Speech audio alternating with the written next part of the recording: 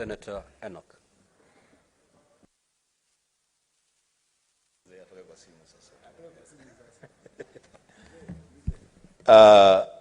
Thank you, Mr. Speaker. Mr. Speaker, from the onset, I am in support of the motion. But I also want to advance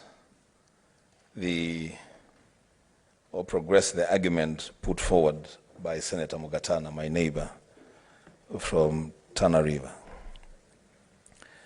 To speak on the matter of this President's address to Parliament, it is not a matter of just ticking boxes.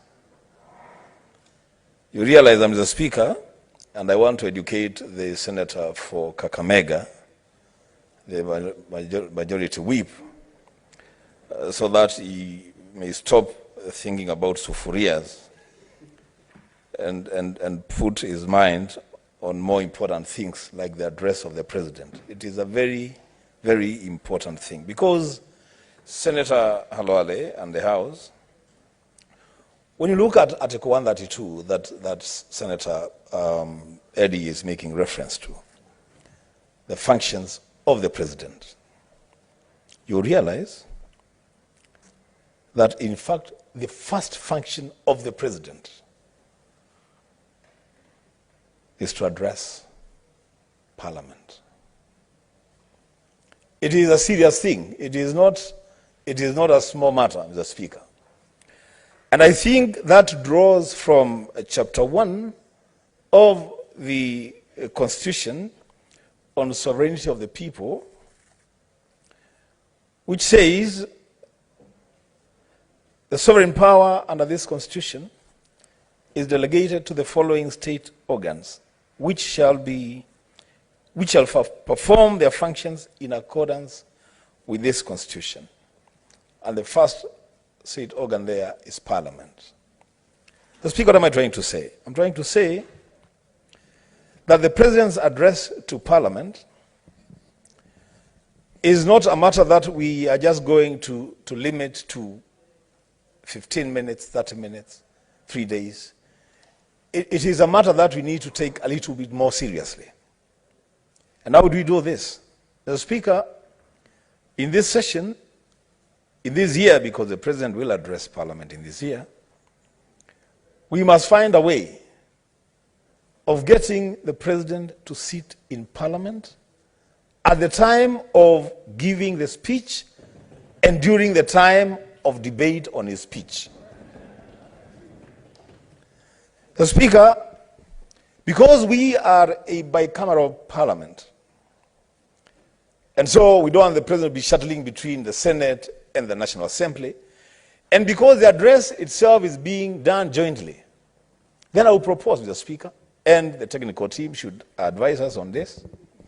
Why then can we have a situation where, as the President addresses the joint sitting of Parliament, he sits in that joint sitting for the 3 consecutive days to follow debate by both houses of Parliament. In which case, the Speaker, then we will begin to add value to governance. And the President will be getting information and advice from members of the National Assembly and members of the Senate one-on-one, without having to follow through newspapers or media reports. So, Speaker, let us take Article 132 a lot more seriously on the functions of the President. Let's take the sovereignty of the people of Kenya a lot more seriously, because we are the people, we are the leaders that the people of Kenya have delegated the power and their sovereignty to on matters legislation. So, Speaker, I support. Senator Wakili Hillary. I thank you, Mr. Speaker, for giving me the opportunity also to support the motion that has been laid down by the majority whip.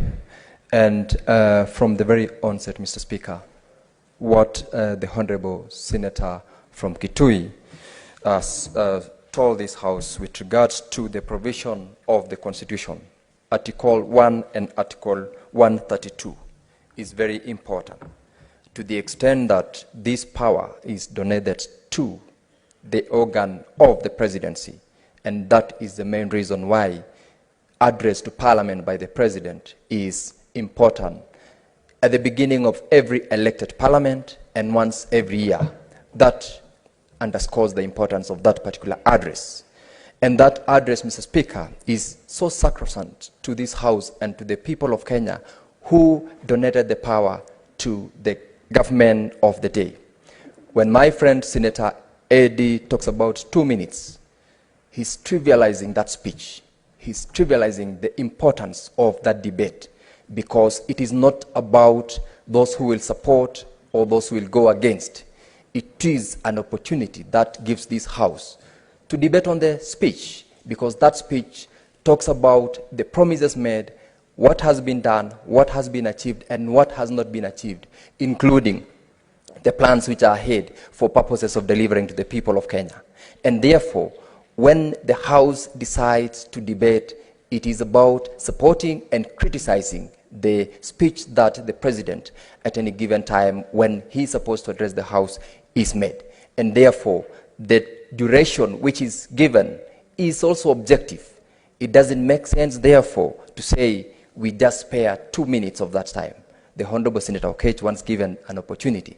In fact, the 2 minutes is not sufficient for him to do the preliminaries before he criticizes, if any, such a speech whenever the President addresses. And therefore, when we debate, let us debate so that we achieve the mandate of the House by criticizing where necessary and enhancing very objective debate on the speech of the President at any given time that he addresses the House. I equally want to also support the proposition that where possible, and if it means amending the relevant provisions of the law, it would be very key and important where the President sits through the sessions when that speech is being debated by the Houses. It will not only give the Parliament an opportunity to have a conversation, it will give us as members of this House also an opportunity to look through whatever debate that we are going to do. Otherwise, Mr. Speaker, I support the motion and I rest. Senator Manzo.